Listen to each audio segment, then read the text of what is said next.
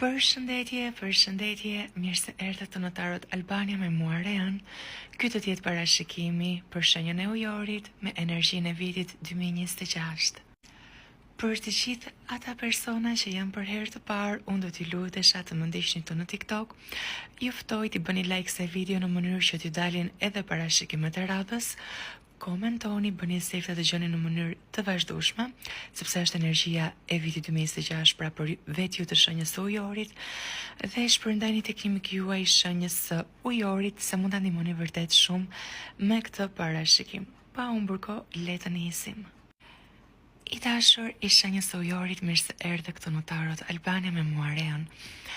Të them të vërtetën, është le të themi deri diku një vit që ndonjëherë ju lë pak në hije dhe ndonjëherë ju nxjerr në dritë. Është një vit i cili herë ju vendos përpara përgjegjësisë të marrjes së vendimeve dhe herë ju lë në pasiguri. Herë ju jep mundësinë për të bërë diçka dhe herë ju jep frikën për mos ta bërë diçka. Është një vit i cili nuk është perfekt, nuk është një vit që ju fton, si të thuash,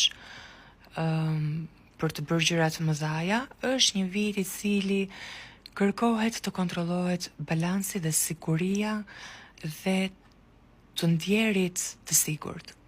Pra kërkoni siguri. Në këtë vit, ju të shenjës së ujorit kërkoni siguri më shumë në vendimet, në hapat që merrni dhe në gjithçka tjetër që bëni. Pra kjo është energjia e përgjithshme e vitit 2026 për ju, por çfarë është me detaj do ta flasim tani. Po e nis me letrën nga Prism Oracle, me një mesazh në përgjithësi. Dhe doli letra e frikës. Ju shikoj që në vitin 2026 ju të shenjës së ujorit do jeni pak të frikësuar. Pse? Pse po ndodh kjo situatë dhe pse jeni të frikësuar? Për faktin se, siç e thash edhe pak më sipër, për ju të shenjës së ujorit nuk ka siguri në hapat që ju merrni.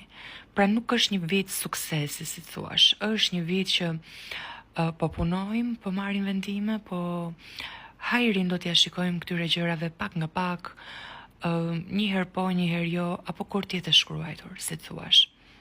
Është një vit që e vërteta është që jemi në energjinë e kalit, pra kali ecën shumë shpejt, po për ujorët, me sa duket gjërat nuk ecin dhe aq shpejt. Gjërat ecin avash avash, kërkojnë bilans, kërkojnë balans, kërkojnë llogari, kërkojnë një laps me një fletore për të ditur se ku janë dhe se si do të veprojnë në vazhdim. Dhe unë vërtet ja